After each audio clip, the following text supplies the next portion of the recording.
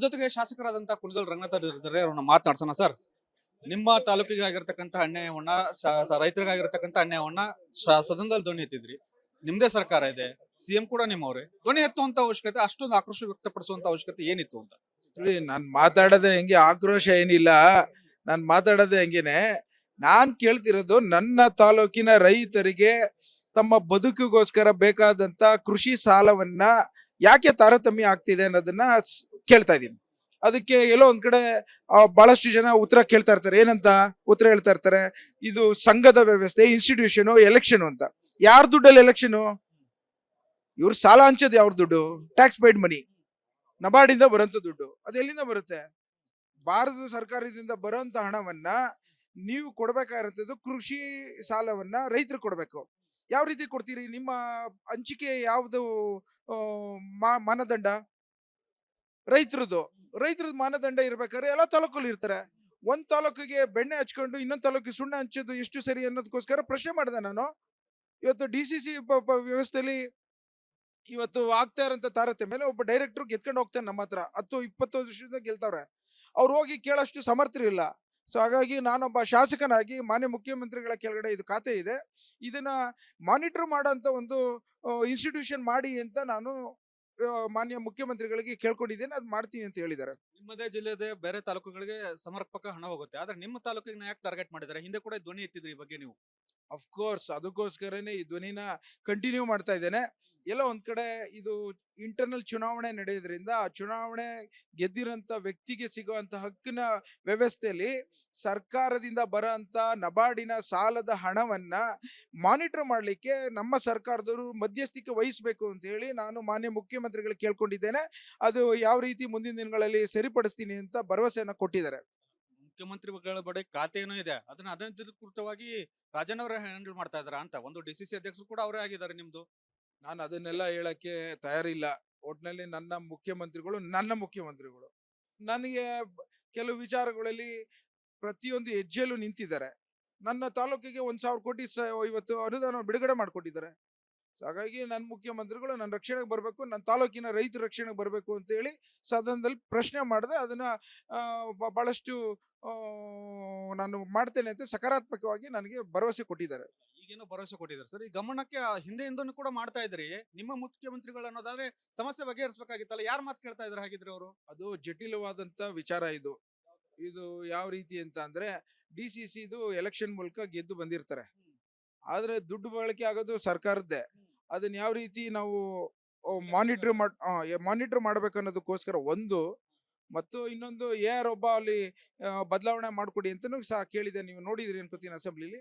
ಎರಡು ವಿಚಾರ ನಾನು ಮಾಡ್ಕೊಡ್ತೀನಿ ಅಂತ ಹೇಳಿದ್ದಾರೆ.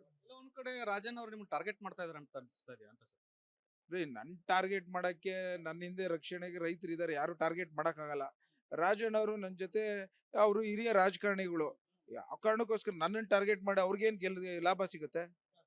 ಸೊ ಹಾಗಾಗಿ ಅದನ್ನ ನಾನು ಆ ರೀತಿ ನಾನು ವಾದ ಮಾಡಲ್ಲ. ನಾನು ಅಲ್ಲ ಸರ್, ಪದೇ ಪದೇ ನಿಮ್ಗೆ ಅನ್ಯಾಯ ಆಗ್ತಾ ಇದೆಲ್ಲ. ಅದು DCC ಅಧ್ಯಕ್ಷರಾಗಿ ಸತತವಾಗಿ ಅವರೇ ಇದ್ದಾರೆ, ಅಪೆಕ್ಸ್ ಬ್ಯಾಂಕ್ ನ ಅಧ್ಯಕ್ಷರಾಗಿ ಕೂಡ ಇದ್ರು, ಧ್ವನಿ ಎತ್ತಾ ಇದ್ರಿ. ನಿಮ್ ಕ್ಷೇತ್ರಕ್ಕೆ ಮಾತ್ರ ಯಾಕೆ ಟಾರ್ಗೆಟ್ ಅನ್ನುವಂಥದ್ದು? ಯಾಕಂದ್ರೆ ನೀವು DCM ಬಣದಲ್ಲಿ ಇದ್ರಿ ಅನ್ನೋಂಥದ್ದು, ಅಥವಾ ಅವ್ರಿಗೆ ವಿರೋಧವಾಗಿ ಮಾತನಾಡ್ತಾ ಇದ್ರಿ ಅನ್ನೋಂಥದ್ದು? ಇದೆಲ್ಲ ಯಾವ ಬಣನೂ ಇಲ್ಲ. ಕಾಂಗ್ರೆಸ್ ಬಣ, ಕಾಂಗ್ರೆಸ್ ಶಾಸಕರವರು, ನಾನು ಕಾಂಗ್ರೆಸ್ ಶಾಸಕರು. ಆ ಕಾರಣಕ್ಕೋಸ್ಕರ ನಾನು ಆ ದೃಷ್ಟಿಯಲ್ಲಿ ನಾನು ನೋಡ್ತಾ ಇಲ್ಲ. ಇಡೀ ಸದನದಲ್ಲಿ ಎಲ್ಲಾ ಜಿಲ್ಲೆಯಲ್ಲೂ ಆಗಂತ ವಿಚಾರವನ್ನ ನಾನು ರೈತರಿಗೋಸ್ಕರ ಪ್ರಶ್ನೆ ಎತ್ತಿದ್ದೀನಿ. ಅದನ್ನ ಮುಂದಿನ ದಿನಗಳಲ್ಲಿ ಮಾನಿಟರ್ ಕಮಿಟಿ ಮಾಡಬೇಕು ಅಂತ ಕೇಳ್ಕೊಂಡಿದ್ದೀನಿ. ಅದು ಸದ್ಯದಲ್ಲಿ ಯಾವ ರೀತಿ ಕಾನೂನಿನ ಜಂಗಾಟದ ಮಧ್ಯೆ ತರಬೇಕು ಅನ್ನೋದ್ರ ಒಂದೇ ಪ್ರಶ್ನೆ. ಈಗ ನೀವೇನೋ ಈಗ ಧ್ವನಿ ಎತ್ತಿದ್ರಿ ಸರ್, ಆದ್ರೆ ನೀವು ಎತ್ತಿರ್ತಕ್ಕಂಥ ಧ್ವನಿ ವಿರೋಧ ಪಕ್ಷದವರಿಗೆ ಆಹಾರ ಆಯ್ತು. ನಿಮ್ಮ ಸರ್ಕಾರದ ಒಳ ಜಗಳ ಬಂತು, CM ಕುರ್ಚಿ ವಿಚಾರ ಬಂತು.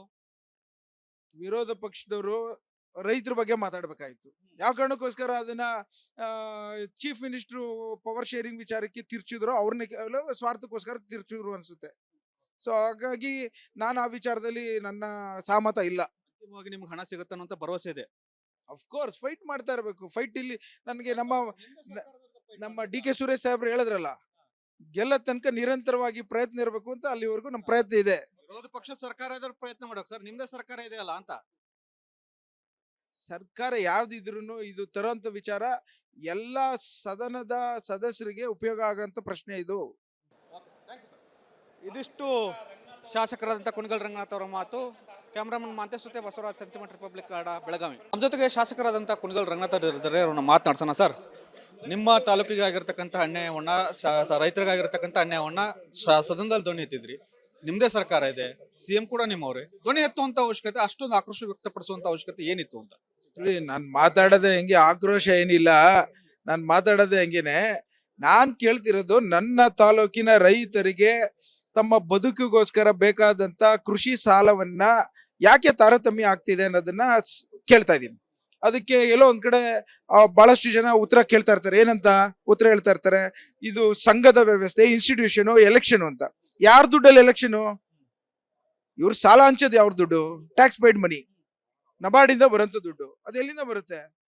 ಭಾರತ ಸರ್ಕಾರದಿಂದ ಬರೋಂಥ ಹಣವನ್ನ ನೀವು ಕೊಡ್ಬೇಕಾಗಿರೋದು ಕೃಷಿ ಸಾಲವನ್ನ ರೈತರು ಕೊಡ್ಬೇಕು. ಯಾವ ರೀತಿ ಕೊಡ್ತೀರಿ? ನಿಮ್ಮ ಹಂಚಿಕೆ ಯಾವ್ದು ಮಾನದಂಡ? ರೈತರದ್ದು ಮಾನದಂಡ ಇರ್ಬೇಕಾದ್ರೆ ಎಲ್ಲ ತಾಲೂಕಲ್ಲಿ ಇರ್ತಾರೆ.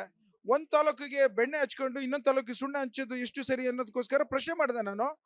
ಇವತ್ತು DCC ವ್ಯವಸ್ಥೆಯಲ್ಲಿ ಇವತ್ತು ಆಗ್ತಾ ಇರೋಂಥ ತಾರತಮ್ಯ ಮೇಲೆ ಒಬ್ಬ ಡೈರೆಕ್ಟರ್ ಗೆದ್ಕೊಂಡು ಹೋಗ್ತಾನೆ. ನಮ್ಮ ಹತ್ರ 10-20 ವರ್ಷದಿಂದ ಗೆಲ್ತವ್ರೆ. ಅವ್ರು ಹೋಗಿ ಕೇಳೋಷ್ಟು ಸಮರ್ಥರು ಇಲ್ಲ. ಸೊ ಹಾಗಾಗಿ ನಾನೊಬ್ಬ ಶಾಸಕನಾಗಿ ಮಾನ್ಯ ಮುಖ್ಯಮಂತ್ರಿಗಳ ಕೆಳಗಡೆ ಇದು ಖಾತೆ ಇದೆ, ಇದನ್ನ ಮಾನಿಟರ್ ಮಾಡೋಂಥ ಒಂದು ಇನ್ಸ್ಟಿಟ್ಯೂಷನ್ ಮಾಡಿ ಅಂತ ನಾನು ಮಾನ್ಯ ಮುಖ್ಯಮಂತ್ರಿಗಳಿಗೆ ಕೇಳ್ಕೊಂಡಿದ್ದೇನೆ. ಅದು ಮಾಡ್ತೀನಿ ಅಂತ ಹೇಳಿದ್ದಾರೆ. ನಿಮ್ಮದೇ ಜಿಲ್ಲೆದೇ ಬೇರೆ ತಾಲೂಕುಗಳಿಗೆ ಸಮರ್ಪಕ ಹಣ ಹೋಗುತ್ತೆ, ಆದ್ರೆ ನಿಮ್ಮ ತಾಲೂಕಿಗೆ ಯಾಕೆ ಟಾರ್ಗೆಟ್ ಮಾಡಿದ್ದಾರೆ? ಹಿಂದೆ ಕೂಡ ಧ್ವನಿ ಎತ್ತಿದ್ರಿ ಈ ಬಗ್ಗೆ ನೀವು. ಅಫ್ಕೋರ್ಸ್ ಅದಕ್ಕೋಸ್ಕರನೇ ಈ ಧ್ವನಿನ ಕಂಟಿನ್ಯೂ ಮಾಡ್ತಾ ಇದ್ದೇನೆ. ಎಲ್ಲೋ ಒಂದ್ ಕಡೆ ಇದು ಇಂಟರ್ನಲ್ ಚುನಾವಣೆ ನಡೆಯೋದ್ರಿಂದ ಆ ಚುನಾವಣೆ ಗೆದ್ದಿರೋಂಥ ವ್ಯಕ್ತಿಗೆ ಸಿಗುವಂತ ಹಕ್ಕಿನ ವ್ಯವಸ್ಥೆಯಲ್ಲಿ ಸರ್ಕಾರದಿಂದ ಬರೋಂಥ ನಬಾರ್ಡಿನ ಸಾಲದ ಹಣವನ್ನ ಮಾನಿಟರ್ ಮಾಡ್ಲಿಕ್ಕೆ ನಮ್ಮ ಸರ್ಕಾರದವರು ಮಧ್ಯಸ್ಥಿಕೆ ವಹಿಸಬೇಕು ಅಂತ ಹೇಳಿ ನಾನು ಮಾನ್ಯ ಮುಖ್ಯಮಂತ್ರಿಗಳಿಗೆ ಕೇಳ್ಕೊಂಡಿದ್ದೇನೆ. ಅದು ಯಾವ ರೀತಿ ಮುಂದಿನ ದಿನಗಳಲ್ಲಿ ಸರಿಪಡಿಸ್ತೀನಿ ಅಂತ ಭರವಸೆಯನ್ನ ಕೊಟ್ಟಿದ್ದಾರೆ. ಮುಖ್ಯಮಂತ್ರಿಗಳ ಬಳಿ ಖಾತೆನೂ ಇದೆ, ಅದನ್ನ ಅಧಿಕೃತವಾಗಿ ರಾಜನ್ ಅವರೇ ಹ್ಯಾಂಡಲ್ ಮಾಡ್ತಾ ಇದಾರ ಅಂತ. ಒಂದು DCC ಅಧ್ಯಕ್ಷರು ಕೂಡ ಅವರೇ ಆಗಿದ್ದಾರೆ ನಿಮ್ದು. ನಾನು ಅದನ್ನೆಲ್ಲ ಹೇಳಕ್ಕೆ ತಯಾರಿಲ್ಲ. ಒಟ್ನಲ್ಲಿ ನನ್ನ ಮುಖ್ಯಮಂತ್ರಿಗಳು ನನಗೆ ಕೆಲವು ವಿಚಾರಗಳಲ್ಲಿ ಪ್ರತಿಯೊಂದು ಹೆಜ್ಜೆಯಲ್ಲೂ ನಿಂತಿದ್ದಾರೆ. ನನ್ನ ತಾಲೂಕಿಗೆ 1,000 ಕೋಟಿ ಇವತ್ತು ಅನುದಾನ ಬಿಡುಗಡೆ ಮಾಡಿಕೊಟ್ಟಿದ್ದಾರೆ. ಹಾಗಾಗಿ ನನ್ನ ಮುಖ್ಯಮಂತ್ರಿಗಳು ನನ್ನ ರಕ್ಷಣೆಗೆ ಬರಬೇಕು, ನನ್ನ ತಾಲೂಕಿನ ರೈತರ ರಕ್ಷಣೆಗೆ ಬರಬೇಕು ಅಂತ ಹೇಳಿ ಸದನದಲ್ಲಿ ಪ್ರಶ್ನೆ ಮಾಡಿದೆ. ಅದನ್ನ ಬಹಳಷ್ಟು ನಾನು ಮಾಡ್ತೇನೆ ಅಂತ ಸಕಾರಾತ್ಮಕವಾಗಿ ನನಗೆ ಭರವಸೆ ಕೊಟ್ಟಿದ್ದಾರೆ. ಈಗೇನೋ ಭರವಸೆ ಕೊಟ್ಟಿದ್ದಾರೆ ಸರ್. ಈ ಗಮನಕ್ಕೆ ಹಿಂದೆಯಿಂದನೂ ಕೂಡ ಮಾಡ್ತಾ ಇದ್ರಿ. ನಿಮ್ಮ ಮುಖ್ಯಮಂತ್ರಿಗಳು ಅನ್ನೋದಾದ್ರೆ ಸಮಸ್ಯೆ ಬಗೆಹರಿಸಬೇಕಾಗಿತ್ತಲ್ಲ, ಯಾರು ಮಾತು ಕೇಳ್ತಾ ಇದ್ದಾರೆ ಹಾಗಿದ್ರೆ ಅವರು? ಅದು ಜಟಿಲವಾದಂತ ವಿಚಾರ. ಇದು ಯಾವ ರೀತಿ ಅಂತ ಅಂದ್ರೆ DCC ಎಲೆಕ್ಷನ್ ಮೂಲಕ ಗೆದ್ದು ಬಂದಿರ್ತಾರೆ. ಆದ್ರೆ ದುಡ್ಡು ಬಳಕೆ ಆಗೋದು ಸರ್ಕಾರದ್ದೇ. ಅದನ್ನ ಯಾವ ರೀತಿ ನಾವು ಮಾನಿಟರ್ ಮಾಡ್ಬೇಕು ಅನ್ನೋದಕ್ಕೋಸ್ಕರ ಒಂದು, ಮತ್ತು ಇನ್ನೊಂದು ಒಬ್ಬ ಅಲ್ಲಿ ಬದಲಾವಣೆ ಮಾಡ್ಕೊಡಿ ಅಂತನೂ ಸಹ ಕೇಳಿದೆ. ನೀವು ನೋಡಿದ್ರಿ ಅನ್ಕೋತೀನಿ ಅಸೆಂಬ್ಲಿಲಿ. ಎರಡು ವಿಚಾರ ನಾನು ಮಾಡ್ಕೊಡ್ತೀನಿ ಅಂತ ಹೇಳಿದ್ದಾರೆ. ಒಂದ್ ಕಡೆ ರಾಜನ್ ಅವ್ರು ನಿಮ್ಗೆ ಟಾರ್ಗೆಟ್ ಮಾಡ್ತಾ ಇದಾರೆ ಅಂತ ಅನಿಸ್ತಾ ಇದೆಯಾ ಅಂತ ಸರ್? ನನ್ ಟಾರ್ಗೆಟ್ ಮಾಡಕ್ಕೆ ನನ್ನ ಹಿಂದೆ ರಕ್ಷಣೆಗೆ ರೈತರು ಇದಾರೆ, ಯಾರು ಟಾರ್ಗೆಟ್ ಮಾಡಕ್ಕಾಗಲ್ಲ. ರಾಜಣ್ಣ ಅವರು ನನ್ನ ಜೊತೆ ಅವರು ಹಿರಿಯ ರಾಜಕಾರಣಿಗಳು. ಯಾವ ಕಾರಣಕ್ಕೋಸ್ಕರ ನನ್ನನ್ನು ಟಾರ್ಗೆಟ್ ಮಾಡಿ ಅವ್ರಿಗೇನ್ ಲಾಭ ಸಿಗುತ್ತೆ?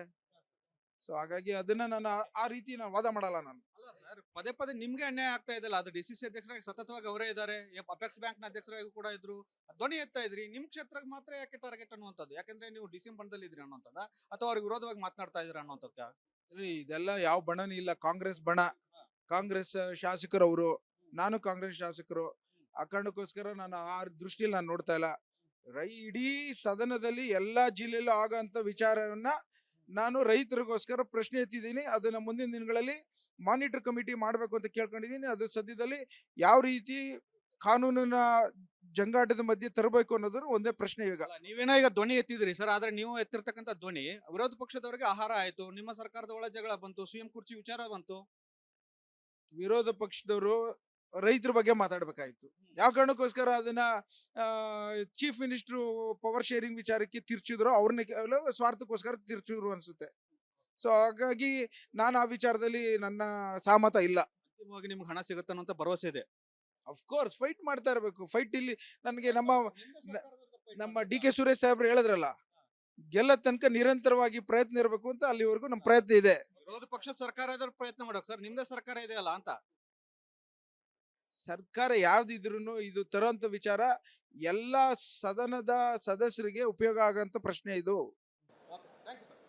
ಇದಿಷ್ಟು ಶಾಸಕರಾದಂಥ ಕುಣಿಗಲ್ ರಂಗನಾಥ್ ಅವರ ಮಾತು.